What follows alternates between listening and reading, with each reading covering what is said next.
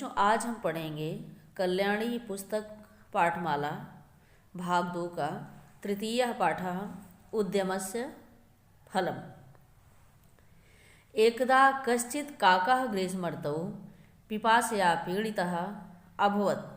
जलं प्राप्तुं सः इतस्ततः अभ्रमत्, परं जलं प्राप्तुं सफलो न अभवत्। अन्ते एकस्मिन् उद्याने वृक्षस्य अधः एकं जलकुम्भम् अपश्यत्।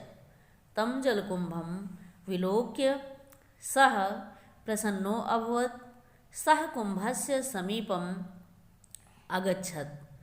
तस्मिन् जलकुम्भे स्वल्पमेव जलम् आसीत्। सः अतीव निराशः अभवत्। दैवयोगात् तस्य जलकुम्भस्य समीपे केचन पाषाणखण्डाः विदीर्णाः आसन्। काकः एकमेकं पाषाणखण्डं चञ्च्वायां धृत्वा तस्मिन् जलकुम्भे आपतयत्। शनैः शनैः जलं कुम्भस्योपरि आगच्छत्। जलं काकः अचिन्तयत्, अहो मम उद्यमस्य एव फलमिदं। ये प्राणिनः संसारे उद्यमं कुर्वन्ति ते एव सफलाः भवन्ति। बच्चों, हमने पाठ का पारायण किया है। अब हम शब्दार्थ देखेंगे। एकदा, एकदा माने एक बार, कस्यचित् माने कोई, काकः माने कौवा, ग्रीष्मर्तौ माने गर्मी की ऋतु में, पिपासया माने प्यास से, अभवत माने हो गया, अधा माने नीचे, विलोक्य माने देखकर, कुंभम माने घड़ा, स्वल्पम माने थोड़ा, आसीत माने था, केचन माने कुछ, पाषाण खंडाह माने पत्थर के टुकड़े, चंचवायाम माने चोंच में, अपातयत माने गिरा दिए, ऊपरी माने ऊपर, ये माने जो, प्राणिनः माने प्राणी, संसारे माने विश्व में। बच्चों, अब हम पाठ का अर्थ समझ। उद्यमस्य फलम। बच्चों, हमने पाठ का पारायण किया है। अब हम पाठ के अर्थ को समझेंगे।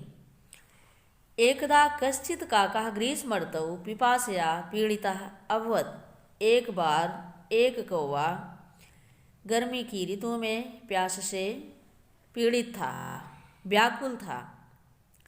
जलम प्राप्तुं सः इतस्ततः अभ्रमत्, और जल पाने के लिए वह इधर उधर घूम रहा था।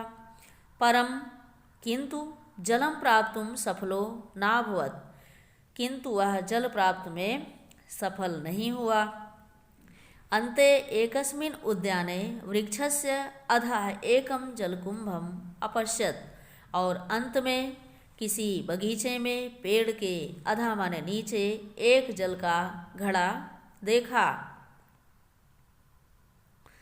तम जलकुम्भम विलोक्य सः प्रसन्नो अभवत्। उस जल के घड़े को देख करके वह बहुत ही खुश हुआ।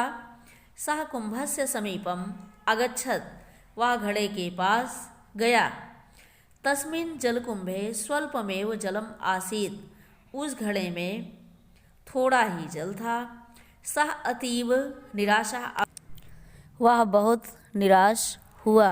दैव योगात् तस्य जलकुम्भस्य समीपे केचन पाषाणाः विदीर्णाः आसन्। ईश्वर की कृपा से उस जल के घड़े के पास कुछ पाषाण खंड यानी पत्थर के टुकड़े पड़े थे। काकः एकम एकम पाषाण खंडम चंचवायां धृत्वा तस्मिन् जलकुम्भे आपतयत्।